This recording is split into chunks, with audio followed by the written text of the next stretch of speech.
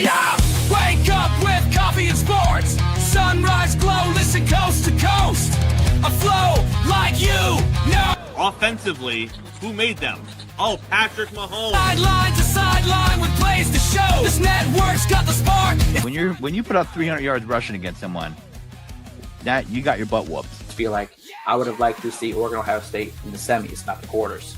So I think some reseeding is probably where I would change. But they're out of their mind. They're going to do this 3 quarterbacks in a row. Here's the crazy. I just can't take it. Birds keep flying high, fans cheering loud, and one podcast moving through the crowd. Meaty boys brawling, no holds barred bout. This wire life never in doubt. Tune into the vibe. That's my bold prediction for the show. Devin Booker, in the next 3 years, he will be a Houston Rocket. Because I still think Seth is still at the top of his game. I do. I think he's right there. Who knows? Maybe. Not this year, but one time soon. Why wouldn't we potentially see Seth and Roman? Tune in the vibe.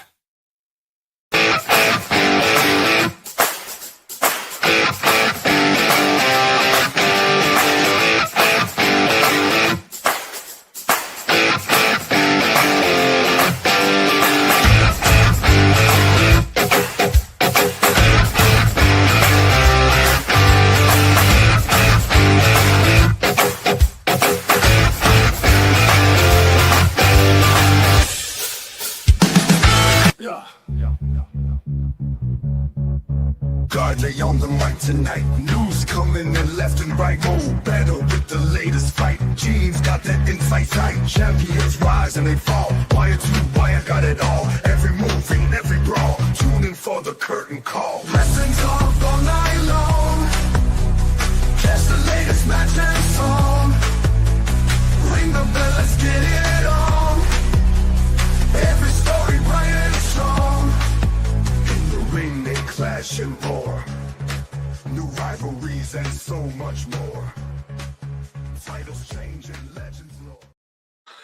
Hey, what's poppin', y'all? It is your boy. It's me. It's Guard E3. And welcome back to the Meaty Boys podcast.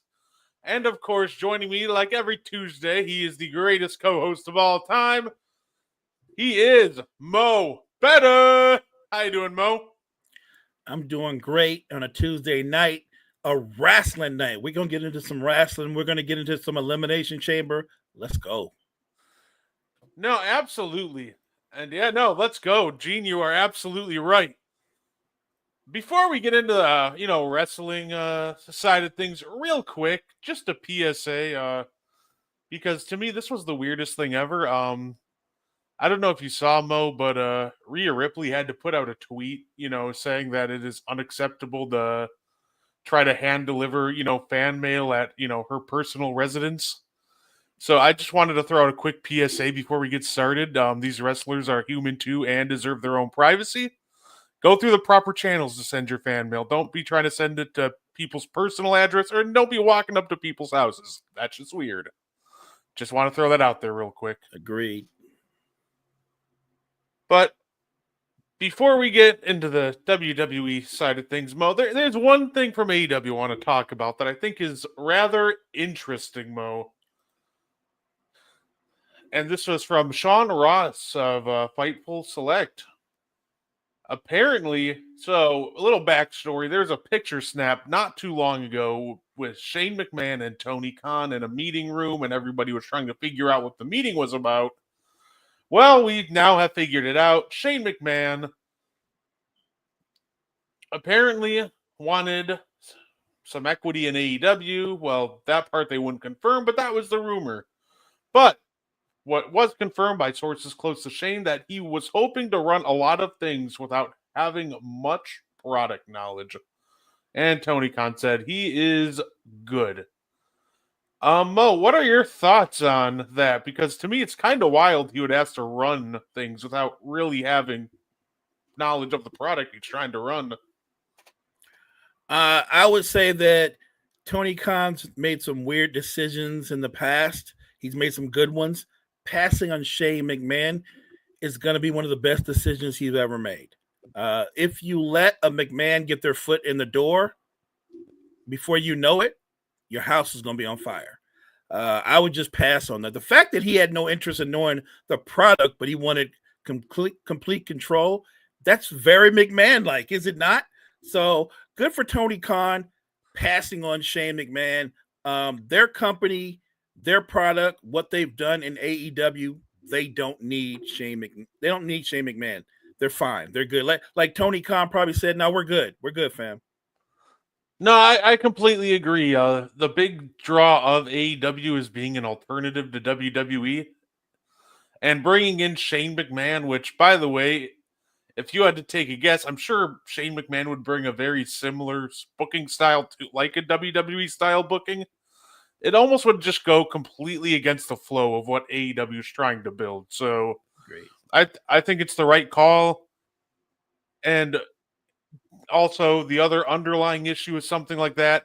We know Shane has a pretty big ego, so how long would it take for all of a sudden Shane to be starting to appear on TV and giving himself a lot of screen time? So that's facts. That's all facts. Yeah, I'd say last time we remember the 2022 Royal Rumble, people hated his ideas, and he tried to always get himself over according to all the reports, and it got so bad that even his own father was like, yeah, Shane, just go home.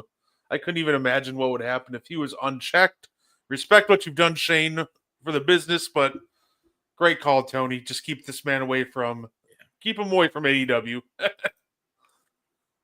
But, this week, it's an Elimination Chamber week. It's a WWE pay-per-view, so we're going to spend a lot of time talking about the Elimination Chamber, which, if you want to get yourself excited for the Chamber, make sure to go back and watch some classic matches from, Chamber history.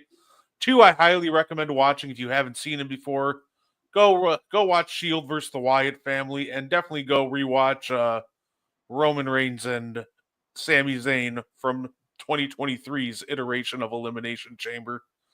Both of them are fantastic, and they will have you ready for WrestleMania season.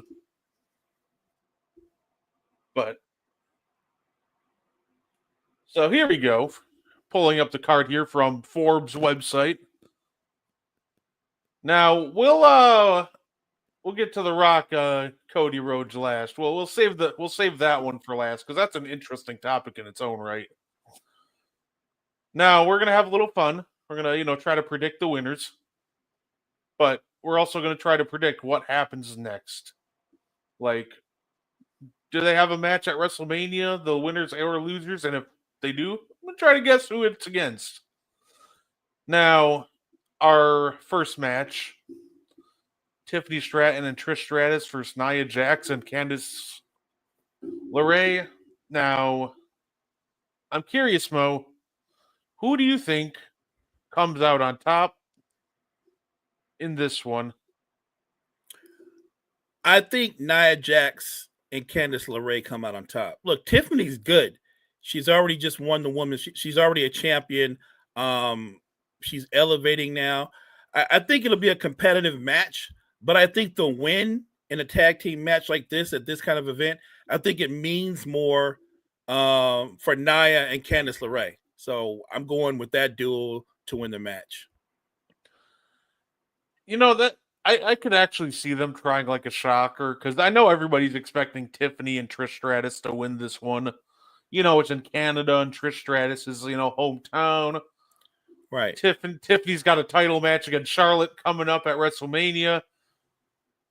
I actually kind of love the idea, though, of an upset here and Nia and Candice just winning this match outright. I do think it'll be Tiffany and Trish, just because I really don't think they're going to have Tiffany lose like a month before she has to go fight, Charlotte at WrestleMania. But you know what? I'm all for the idea, honestly. I could see a scenario, too, where maybe Charlotte comes out and distracts her, and then it's 2-on-1, and they end up pinning Trish Stratus, much to the dismay of Canada. You read my mind. They're not going to pin Tiff, but they will pin Trish. And like you said, that's gonna to the dismay of all of Canada.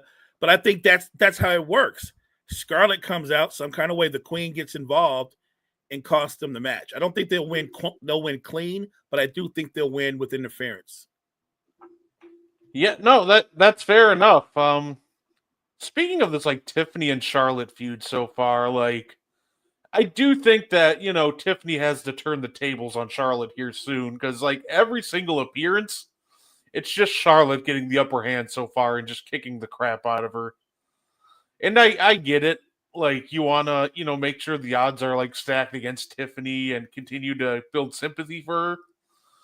But man, they need to make her fight back soon, especially if she just gets decimated the entire build and then loses at WrestleMania. Not really the greatest look for her. I just think that she's got to get some sort of comeuppance soon on Charlotte. No, I agree. Look, I know a lot of people think that everything's set up for Charlotte Flair to beat Tiffany Stratton. I don't see that. I do not think you're going to take the belt off of Tiff. I think this is Tiff's time. I think it's going to be a great match. Do not get me wrong. There'll be a lot of false finishes. We'll be on the edge of our seats. But I think it means more now at this point in her career for Tiffany to get this W and get pushed forward. Charlotte's she's a big enough star that not having the belt, it will not impact her at all. I mean, and and I know somewhere down the line, Charlotte Flair is going to be a champion, right? We can agree on that. Yeah. But I think this is Tiff's time. So I think that it would be an upset to most, not to me, but I think Tiff's going to win that match. No, absolutely. And you know what, Mo? I think if we're going to have this go through with the idea of Nia and Candice winning, listen, go bold, make a new, nice big heel. Have Candice LeRae get the pin on Trish Stratus. Oh, wow. Build a purse now. Listen, we already know who Nia is. I don't know how much higher we can realistically build her stock. Right. But if we're going to have somebody pin Trish, I think the one who would benefit the most is Candice. You have a chance to, maybe propel her to be a much bigger heel than she is now. And pinning Trish in Canada would be a great start. And, you can always have, Nia beat the crap out of her and then she, tags in and just pins her after Nia does all the dirty work. You don't need to have her just beat Trish Stratus, but you can do this in a way where I think if you balance this right, if you have Nia and Candice win, have Candice get the pin, and you don't even need to make Trish look weak. No, I like that better because you're right. Nia can beat Trish down, and Candice can just roll in there and get a quick pin. She don't have to do the dirty work. So. And again, it's going to be a great match. We could be completely wrong because you laid out something that is real. It's going to be in Canada, right? That doesn't seem like you would set Trish Stratus up for failure. So in a weird way, I do think Nia and Candice LeRae are the underdogs. No, absolutely. And of course, the only thing I hope we don't see at all in this match, I could also see them trying to get There's one spot I never want to see again in because it's an overdone to death. I could see them also pulling some shenanigans and almost trying to do a Montreal screw job ending to this match. And I was like, I don't need that. I've seen the Montreal screw job angle done 27,000 times. I don't need it again. I could see Charlotte, using her, influence to, set up a quick count or just get the bell rung. So it'll be interesting. Of course, we have Kevin Owens versus Sami Zayn in an unsanctioned match. I do love how this feud they've been building this feud great. Kevin's been building it on social media, even on Raw. He was literally sitting outside of their house looking through their window. Very stalkerish vibes, but I absolutely love it. Yeah, this is going to be awesome. An unsanctioned match between these two. Mo, who do you got? I think this is a banger. I think this is going to be more physical than Owens versus Cody, and that was incredibly physical. I love everything about Sammy because Sammy's all heart, and I'm not saying he's not capable of beating Kevin Owens, but I think I like his chances of beating Kevin Owens in a wrestling match. I don't like his chances of beating Kevin Owens in an unsanctioned match where Kevin Owens can literally do what Kevin Owens wants to do. So if in those conditions, it's very rare that anybody would bet against Kevin Owens. I love Sammy, but I think Kevin Owens is in his element. No, absolutely. I completely agree. And I also think you give the win to Kevin Owens because I simply think that Kevin Owens is just going to have a bigger role at WrestleMania than Sami Zayn. Facts. I love Kevin here. I think, you put him over, you give him the win, and then you continue to build towards WrestleMania. I know I mentioned that, I'm going to, kind of predict WrestleMania opponents. And I kind of skipped over that on the Tiffany Stratton match because I just don't think any other of those three will probably end up even having a match on the card. No. Like Nia and Candice might end up in like a multi-women tag match, but I don't think Trish is wrestling at Mania also. I think both Kevin and Sammy will be at WrestleMania. And I think Kevin Owens' opponent is rather easy. It's a returning Randy Orton. Orton Owens the second at WrestleMania. They had a match at Crown Jewel. KO took him out with the package pile driver. This is so perfectly set up for Randy Orton to come back and start the build to that one. I'm excited for that match. Your fact spot on. Randy Orton, Kevin Owens at Mania. And they've got plenty of time for the build-up. You've already got the backstory. I love it. Look, like you said, Sammy probably won't have a match at Mania. So this is probably going to be his last really big match before Mania. I think they see this is tough, right?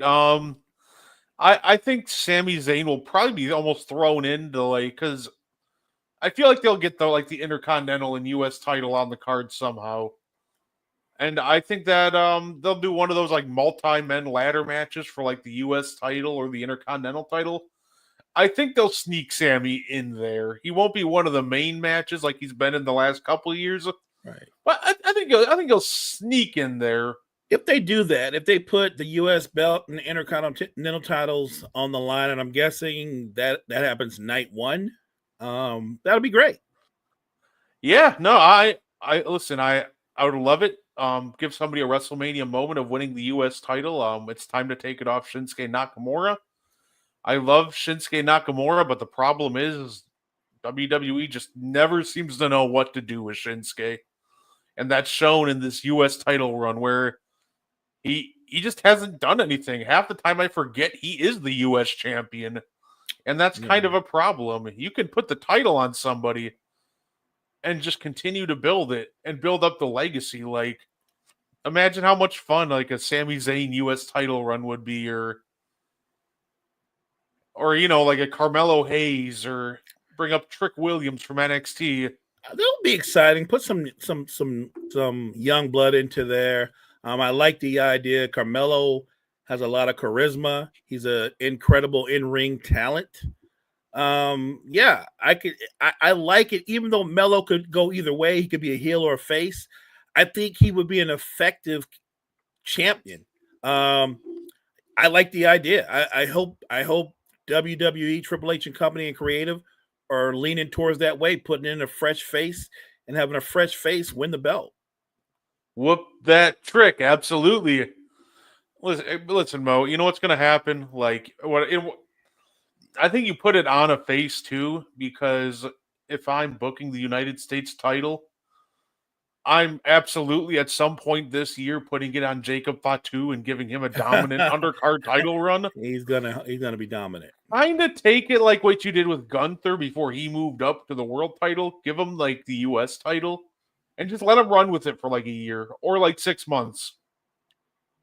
I would absolutely do that. I think someone like Sammy would be perfect in that role to kind of be a transition champion to move the title from Sammy to my eventual US champion, Jacob Fatu. which I think he's gonna have a match at Mania. I just don't think they'll put him near the title. I think they're setting up Fatu versus Solo at WrestleMania. Agreed. That is exactly what's going to happen. It's just a matter of is it night 1 or night 2? But it's going to be Fatu versus Solo.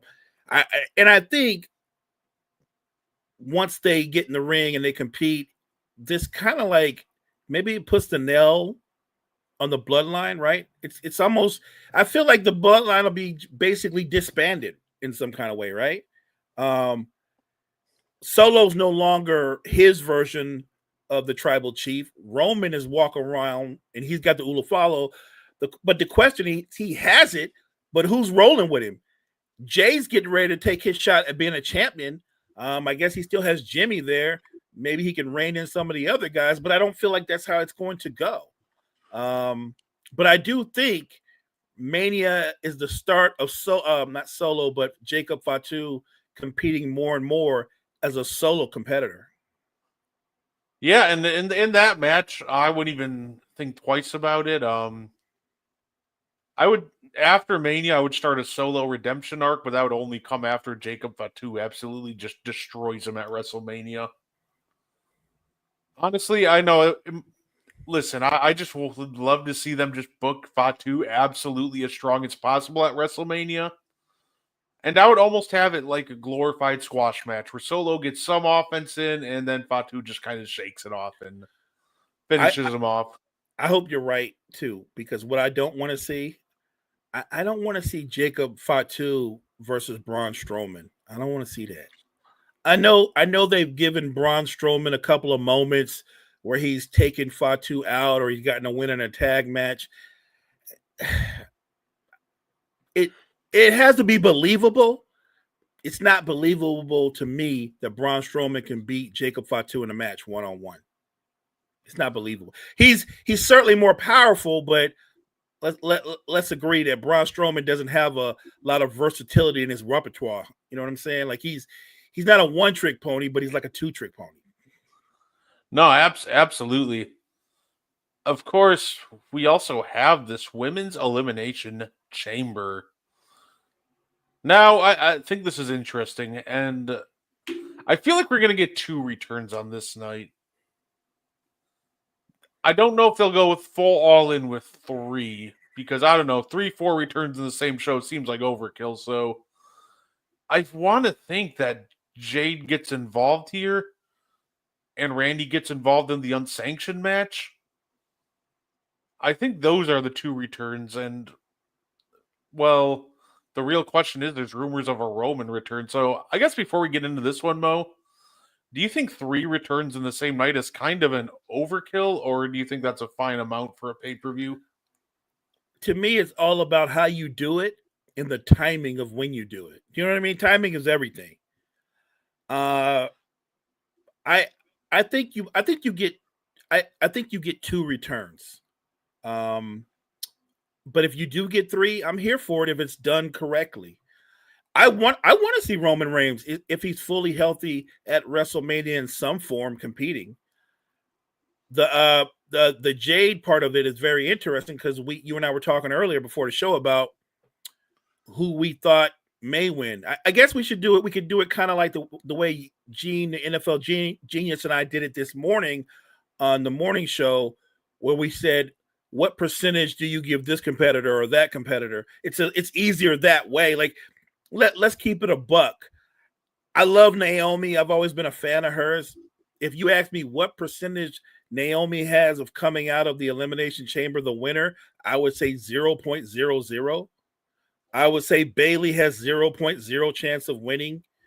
I think there's 2 women who are going to win Elimination Chamber, and one of them probably won't win because of another storyline, and I'm talking about Bianca Belair. I think Alexa Bliss is going to win Elimination Chamber. That's what I think. No, that's fair enough. Yeah, I don't think it's going to be Liv Morgan. I don't think they're running back Liv and Rhea. Nope, this soon. And Liv just won the tag belts like I predicted she was going to do. They're going to win. They won the tag belts. So I feel like Liv can elevate that division, and I think they're set up to go on a long run as the tag champions. I don't think they're. I think Liv's going to be competing that way, still remaining the chick you love to hate. That's why I don't think Liv's going to win. I really think it's a 2-horse race, and I think Bianca's going to be compromised if Jade appears, because then the truth will come out about that situation. And whether Bianca has something to do with it or not, maybe Jade thinks she does, and she cost her the match, which down the road sets up an eventual Bianca versus Jade, right? Oh yeah. So, and look, we talked a lot about the Wyatt Six and what they should do for them and what they need. Candice LeRae coming back as part of that family in an elevated status, I think she's exactly what they need, because she's the perfect mouthpiece. And at some point, if she comes back as the head of that family in terms of speaking and being the voice of it, she's going to eventually be wearing gold. She's going to be wearing somebody's belt at some point. And I think that's going to elevate them in any storyline they're involved in going forward. Yeah, no, absolutely. I'd love to see Alexa Bliss and the Wyatt Six join forces again, or for the first time. I'd love to see her just kind of intertwined with the Wyatt name again. Yeah, I'd be down for that. It almost feels like it's tough, because it feels like there is like 2 names I think can win, and 1 name that I think would be a wild card, but almost feels like maybe the most fun one. Alexa Bliss, I think, definitely has a chance. Bianca Belair, even if Jade interferes, I'm never going to count out Bianca. Even though I still think that Bianca versus Rhea should be next year's Mania. I want that. A full 4-month build-up. I think a little 1 month and a half build-up. It almost feels a little rushed. But I would love to give full build-up, and also if you do that match next year, you can make it the last match on the card, the main event of one of the nights, and I think that's what the match deserves. So I wouldn't be mad if it's Bianca, but I think WrestleMania 42 is the move. You know what? I'm still gonna go. I'm gonna go with my wild card. I'm gonna go with my bold prediction. This is the perfect time to get a superstar really over really quick. Give me Roxanne. Going bold. Going with the wild card. That's really bold. And not impossible, because they have tripped us up a few times with a few surprises. I think it's possible. I do think that for whatever reason, though, Roxanne and Bailey seem to still have unfinished business. But I look, I love Roxanne, and she's another one of those young stars that they need to promote more, get out there more, put over. I'm with it. I just think there's so many, I guess, connecting storylines that I'm not sure they're ready to put her over like that. Not with all those women that are in there. I get why it makes sense that Trish isn't going to win, why Bailey's not going to win, why Naomi is not going to win. But it's hard to come up with a reason why Bianca or Alexa Bliss won't win. Hey, I'd say, listen, fair enough. Like I said, I know it's a long shot. I know it's a wild card. But I think that this is a real chance to kind of make another superstar in Roxanne. Because even if she goes in and loses to Rhea Ripley, that doesn't hurt her at all. No. Go in, have an instant classic. Not to mention, I think the unfinished business with Bailey kind of helps in that regard of protecting Roxanne in the long run. Because, also, is it really bad losing to Rhea, for example, on night 2, if you beat Bailey at NXT Stand and Deliver the day before? So, you can kind of cast her as an Iron Woman having 2 matches in one weekend and still taking Rhea to the limit. But I think it's a long shot. I think that something's telling me that it's going to end up being Bianca. But I really praying for Roxanne to pull this one out. I think Gene, you might be spot on. I think Jade is going to get gonna cost Bianca. We know Naomi is probably involved in what happened to Jade. The question is Bianca involved, or at least does Jade believe Bianca's involved? Hey, fair enough. I need the reveal too to be like one of my all-time favorite heel turn reveals. A little throwback to 2002 when Shawn Michaels got jumped in the parking lot, and they had him unveil the really blurry footage, and it slowly revealed Triple H's face. I would love it if they did something like that. But yeah, look, I would love it if they even went another way where Jade comes out and she's all over Naomi and Bianca's acting surprised, like, what's going on? What are you doing this? And Jade's like, it was her or whatever.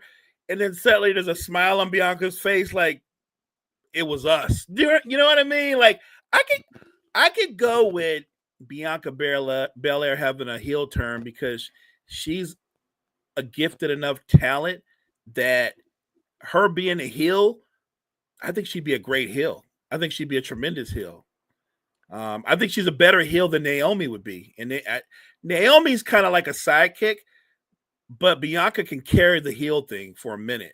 And if she takes a heel turn, along with the fact that Charlotte is taking a heel turn, I think it sets up other storylines and other collabs. the main benefit about a heel turn too is you can also run some of there's a whole completely new roster for you to face. So I would love to see a Bianca heel turn, and I know she would knock it out of the park. She's one of those characters that no matter what you give her, she knocks it out of the park, whether it's a tag title run, a world title run, just a non-title story. So I would love to see a Bianca heel turn. Let me ask you this. So she has the heel turn, which I think is great. I'm here for it. Does she at some point, if the heel turn is long and she wins a belt or two as a heel, does she ever change her theme music, her entrance music? I mean, it feels like she should, because you know what I mean? Because as a face, her music is very bubbly, right? It's very upbeat. Yeah. You know what I mean? Like, I think she's got to go a little dark, a little grimy, whatever. Yeah, I was gonna say I think she does. I think she would have to because of how like upbeat and everything her theme music is now. Right. I don't want her to. Don't get me wrong. I don't want her to come out to like Mark Henry's old music where it sounds like he's getting. I don't need that. Like he's getting ready to hook up with somebody. She don't need to come out to nothing like that. But yeah, I will never forgive WWE for never having a live concert for Mark Henry's theme song. Wait, scratch that. There was one on a random episode of SmackDown in Bakersfield, California. But the fact they never brought 3-6 Mafia into like a WrestleMania to perform his song, that's a crime. Right? Like he had a premium match at WrestleMania 22, casket match versus The Undertaker. You couldn't give the man a special entrance, but you bust them out when they're like in fucking Bakersfield. Like, come on now. No disrespect to the people of Bakersfield, but come on now. A little bit. I got stuck in Baker. I mean, it's a short story. I got stuck in Bakerfield once, but it wasn't a good experience. I'll just leave it at that. It wasn't a good experience. Hey, fair enough. And of course, the main event of the evening, and I know there's the Cody and the Rock's offer. We're gonna tie this all into one segment. It's gonna be the last one. Men's Elimination Chamber. Cena versus Punk versus Drew versus Logan Paul versus Damian Priest versus Seth Rollins. I guess I feel like there's some names that we can, count out right away. I definitely don't think Seth Rollins is winning this one. Damian Priest is not winning. You know what? I'm so confident that Damian Priest is not winning. You and I need to put like thousands of dollar bet on Vegas. Like that's how sure I am that he's not winning. And it's not a knock against Damian Priest. This is kind of going with the flow of the storyline. Not to mention the talent level that Damian Priest is in the ring with. He's not winning. Hey, what's up, Gene? What up? What up? What up? How y'all feeling? I heard y'all talking about Elimination Chamber. I was listening in my room, and I figured if I hop on, I'd give some opinions. Hey, what's No, going on? absolutely. So I said this morning with Mo, and I think that Elimination Chamber is going to be wild. And I think that's the ability. And I think if you watch Netflix Night One, and if you watch this year's Royal Rumble, you have the potential to have the greatest year the WWE's ever had. In January, Netflix Night One. February 1st, you had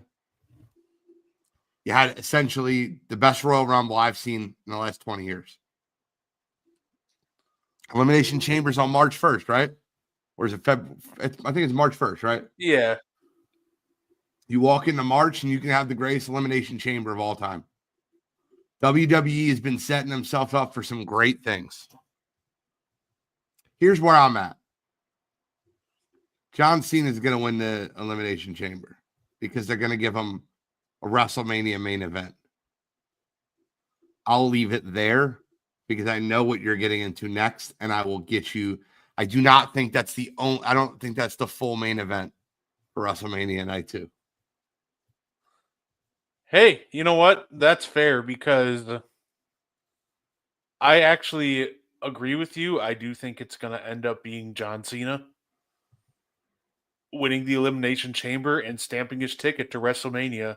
Who do you think it is, Mo?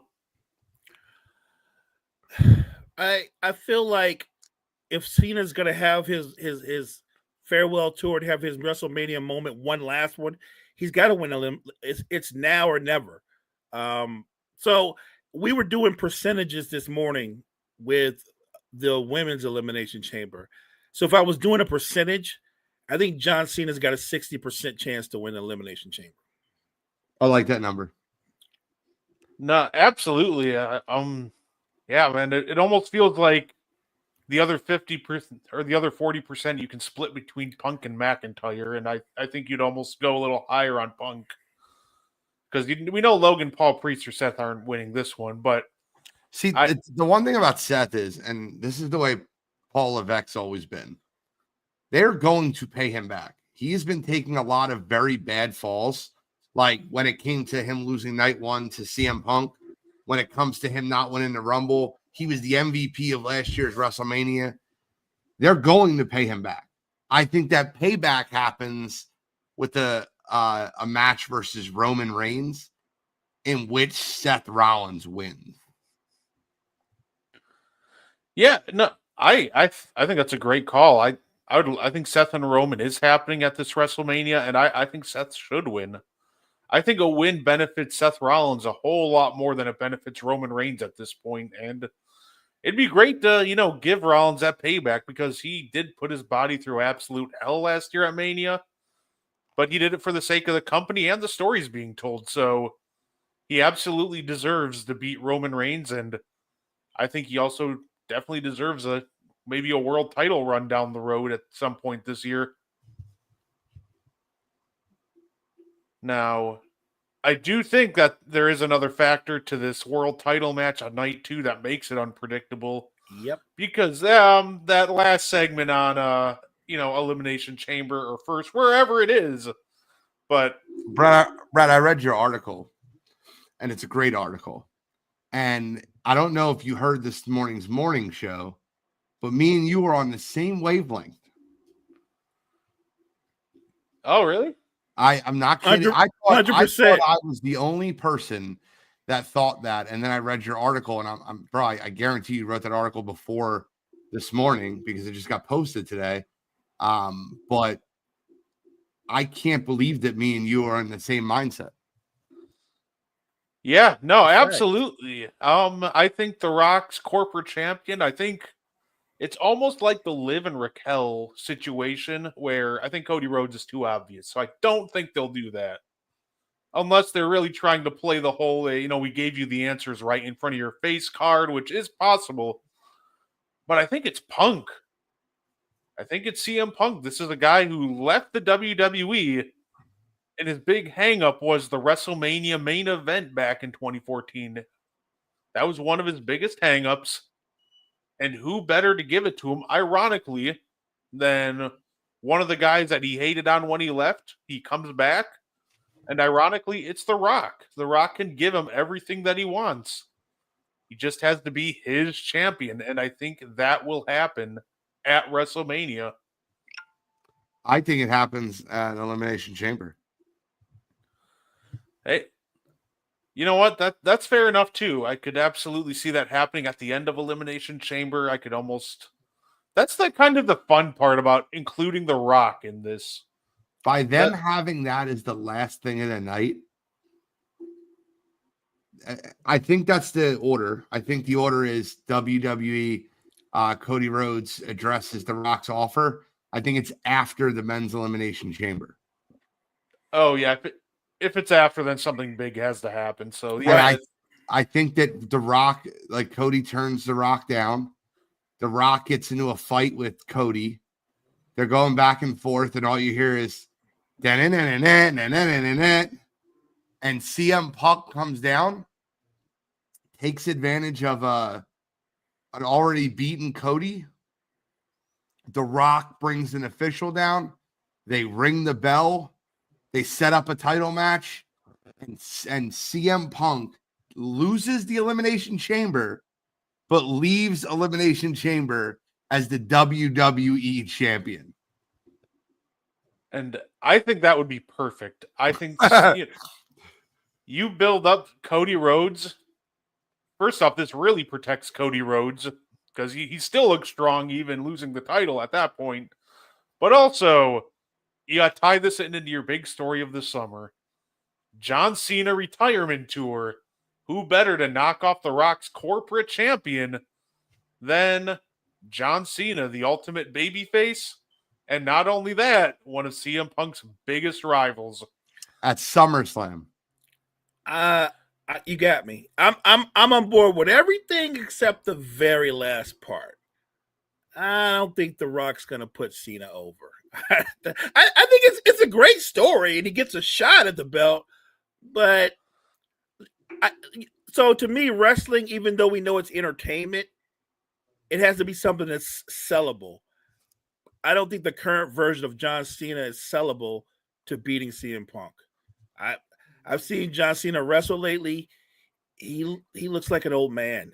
CM Punk would have to do a lot of extra work in the ring to sell that. See, I think that they're going to have two matches, and I think Cena will lose the first one. Then you can build up to John Cena challenging CM Punk. If he loses again, that's it. No more title matches. Because I feel like it's a missed opportunity. If you're going to have Cena versus Punk, I feel like it's just a missed opportunity to not do it at Money in the Bank, the same pay-per-view that, they stole the show at and really put CM Punk on the map as a main event superstar back in 2011. I think that CM Punk, John Cena, Money in the Bank is probably where the first match should take place. And you have, CM Punk win. He can even blow Cena a kiss. And you start building toward a SummerSlam rematch. See, where me and you see differently is I think that WrestleMania's main event of night 2 is a triple threat match. I think Paul Levesque steps in and gets Cody Rhodes an automatic rematch. I think CM Punk is the champion. And I think that John Cena wins the Elimination Chamber. I think you get a triple threat match that happens at WrestleMania. I think that Cody Rhodes versus CM Punk versus Cena is your match at WrestleMania. I think SummerSlam, you get CM Punk versus John Cena the second time. And I think SummerSlam's where John Cena wins the belt because you'll have 4 or 5 months to build him up to be able to win a championship. He'll get wins. He'll go through a gauntlet. Like he'll start being on his 50. I think he signed for 50 nights. So I think you'll start seeing him getting wins, maybe at Money in the Bank, maybe at different nights, maybe on Monday Night Raw. Yeah, you have to because you have to be able to sell him winning. So Correct. yeah, I like that plan because you have to build him up. And I'd go big. Why not? For example, at to build them up, I'd I'd have him beat like right before, maybe at the paper before SummerSlam. Put him against like Gunther, or maybe even a monster like Braun Breaker. Go big with Jacob Fatu. Put him in there with some absolute monster that he has to overcome the odds. Build them up, and I think him beating someone like Gunther right before he gets to Punk would absolutely show that, John Cena's ready for CM Punk. If you can beat any one of those guys I just listed, he can hang with anybody. So WrestleMania this year has the ability to top last year. And last year's WrestleMania was incredible, but you look at this year, and like, this is just my opinion, right? We all have opinions, but you could get Roman versus Rollins. You could get Seth versus Cena versus Punk. You can get Rhea Ripley versus, you can basically put her versus Alexa Bliss or Bianca, but I think it's Alexa Bliss.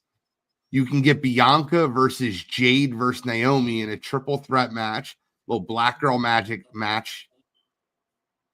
I think you can get Kevin Owens versus I Hear Voices in My Head. Like, I feel like you can have so much star power. And you get Tiffy versus the greatest women's wrestler. Well, I think Bianca's, but Charlotte Flair, the self-appointed greatest women's wrestler.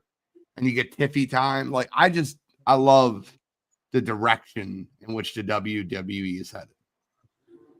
no, absolutely. And as much as we love to, as much as he's loved to be hated, you're also going to get Logan Paul in there, who's a fantastic entertainer. He is. You're going to get him probably versus, I know they were just teasing him versus AJ Styles this past Monday. So, like, him versus Styles would be an absolute great match. And the weird part about AJ Styles is his best WrestleMania match we've seen him in was against Shane McMahon, which is kind of odd to think about considering all the guys he's faced. So I think if he faces Logan Paul, it would absolutely be the best WrestleMania match that AJ Styles has ever had. Let me ask you something. Let's say you're right. Punk becomes the corporate champion.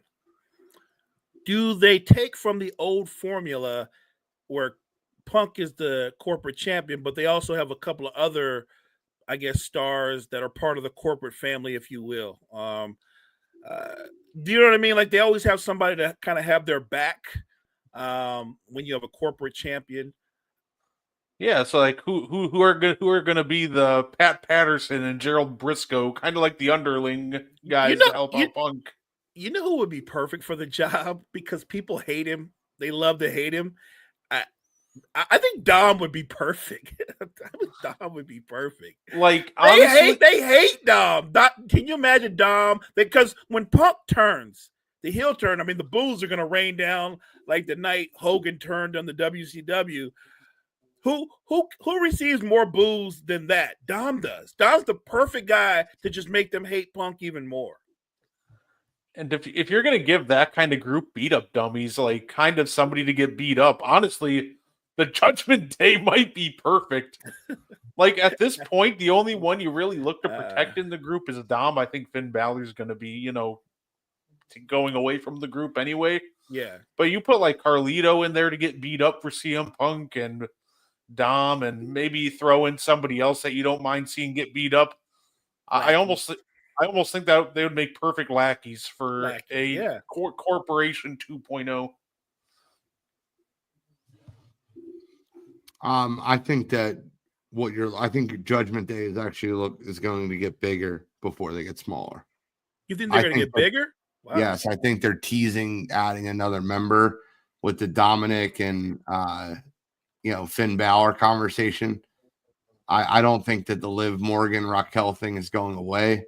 And I think they have to get a superstar to join the Judgment Day. I just don't know who it's going to be. They need a leader. I don't know who it's going to be. I'm kind of lost with it, but I think that they get a superstar to join the Judgment Day. I like that. If I had to guess, I feel like I'd go a little. I don't know how bold this is, but there's a free agent who was in WWE, led his own stable in AEW, so he has experience with this sort of thing. and he fits the vibe. I'm talking Aleister Black. I could see them very well bringing in someone like Aleister Black to come in and lead the Judgment Day, because he's always had like a darker aura, so he'd almost be a perfect fit. And we've seen him like on TV, like leading stables before. So honestly, if they're bringing in somebody, I think it's going to be Aleister. I can't wait to see what it is or how they do it. But I think that the WWE is hitting on all cylinders right now. Agreed. Yeah, absolutely. No, absolutely. And I'd love it. Like at the end of the day, the more they hit, the better. And it's been a beautiful thing lately. WWE's hitting on all cylinders. AEW's been picking up their pace. Just everybody's been up in their game lately.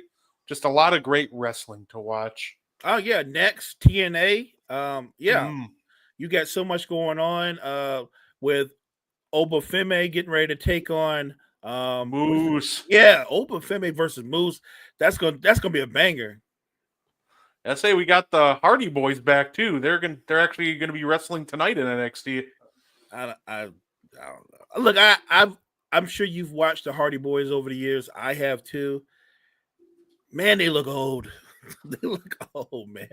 They look old, man. Like old, like the way the Bushwhackers look when they were old. Like I don't know. Like at some point, you gotta let it go. It's not there anymore.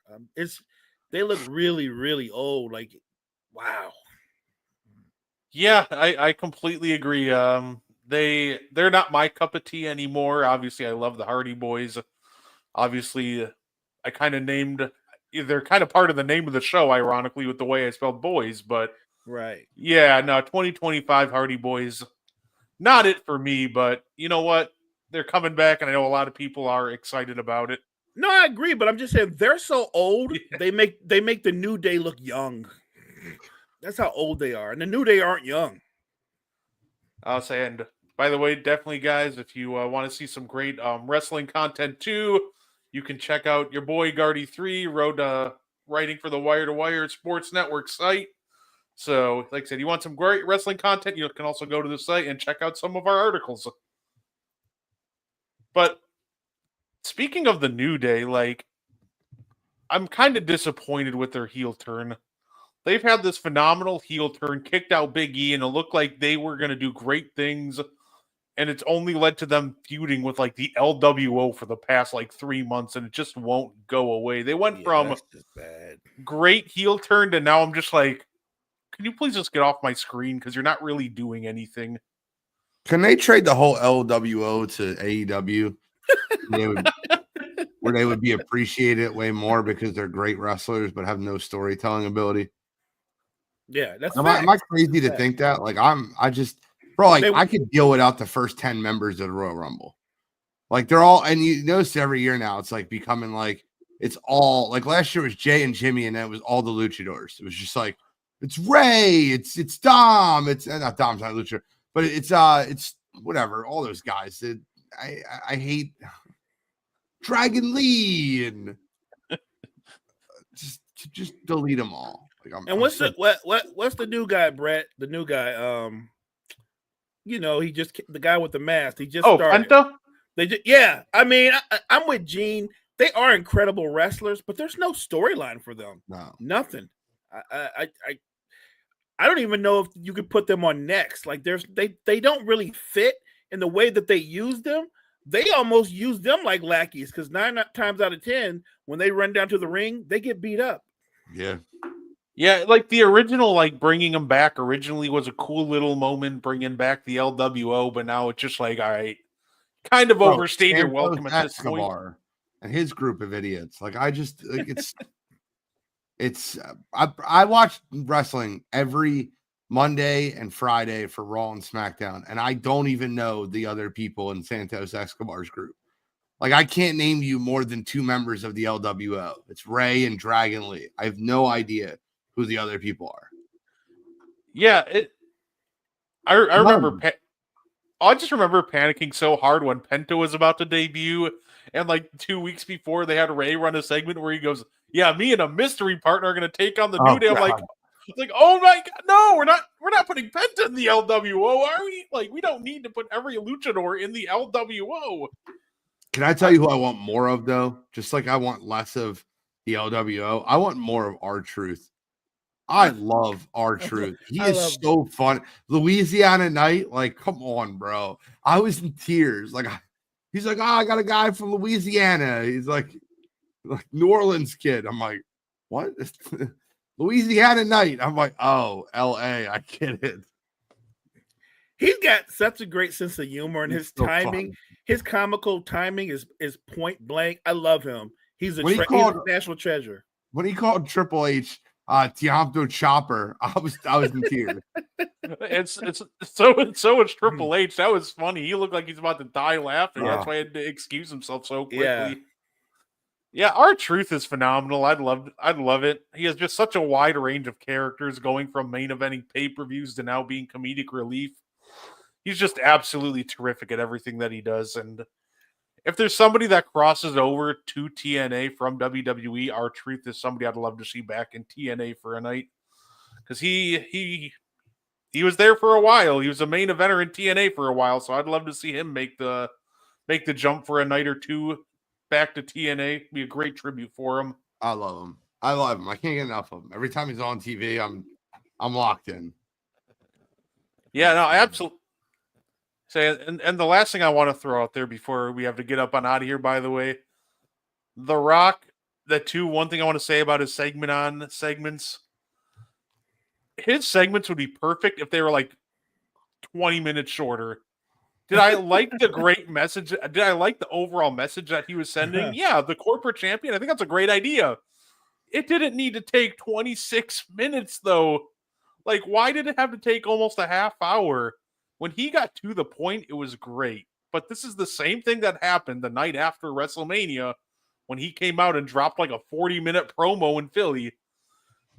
I just think if I want to see something going forward from The Rock, can we just shorten his segments a little bit?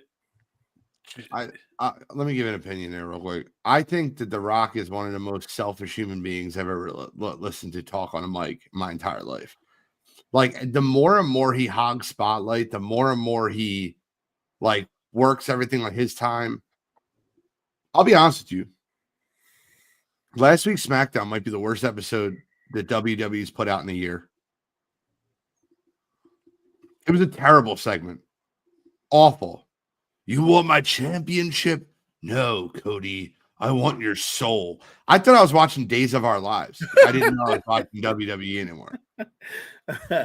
Like, it was just terrible. It was awful. And it's not just that. It's just last week's SmackDown was terrible. Now, Raw this past week was incredible. So, I just felt bad for the writers because everybody started going blasting like Road Dogg and everybody in charge of writing SmackDown. When the report had come out, they had to scrap the show and rewrite it around The Rock's promo. So we had matches and everything get cut, and they're like, "Yeah, you know whose fault that is? Road Dogg. Leave Road Dogg alone, man. This was clearly the fault of one man. The reason why SmackDown was off last week is when you have to scrap the show the day of or even the day before and rewrite the entire thing because The Rock cuts a 10-minute promo in 40 minutes. You can't do anything. So I definitely agree. The Rock does have a massive ego, and I think that really hurts him with these promos because he just drags them on. Facts. Rock's a lot of things. He's not a team player. No. He plays for one team, and that's Team Dwayne. Facts. Bro, I don't know how he gets through buildings with his head that big. I just don't know. If you've ever read the stories of the way he is when movies don't go his way, he'll leak scripts. She's just such a. I don't know how to explain it, man. I used to love The Rock. I loved him in Ballers. I loved him for the WWE for years. But the more and more you I'll never forget the John Cena promo because I used to love The Rock until I met Dwayne Johnson. And I don't like Dwayne Johnson because Dwayne Johnson's a selfish. That was the perfect. That's why Cena's promos were so good because you were like, oh shit, that's kind of accurate. That's why I love Seth's promos so much. He's like, yo, dude, last year, we were just fighting to stop him from taking over the whole company. Now you guys are all friends with him. Like, I love logical promos like that. Like I even liked Kevin Owens' promos when he was going to Cody Rhodes for like, didn't this guy just try to run me over with a golf cart and like end your career and like what he did at WrestleMania we all fought against? Like, isn't that what now 4 months later you're on his team? Like, what are we doing? Like, I love logical promos. No, I completely agree. That's all we have for you today, guys. By the way, our 1 hour is up. We definitely appreciate y'all tuning in. Do you guys have anything you want to throw out there before we get up on out of here? No, I'm good. I appreciate everybody that hopped on, that tuned in with us. Appreciate Gene for hopping on. Thank everybody for coming out. Make sure you check out all the great content we got at Wire to Wire Network. Wire to Wire Network. We appreciate you. I apologize for the yawning. This is past my bedtime. I've yawned like 5 times. It's not because I don't like the content. It's because Gene is in bed at 9:30. I just heard you guys talking wrestling and I wanted to hop on. So thank you for having me. Appreciate you. Hey, anytime. Welcome on any show that we're doing. You can catch Mo tomorrow on the morning show, 8 a.m. Central. And then you can catch me and Mo on Thursday for the And One podcast, which, by the way, will be a live watch along at 6:30, special start time for Bucks Nuggets. TNT, can't miss it. So, once again, we thank everybody for tuning in, and we hope you guys enjoy the rest of your night. Take care, y'all.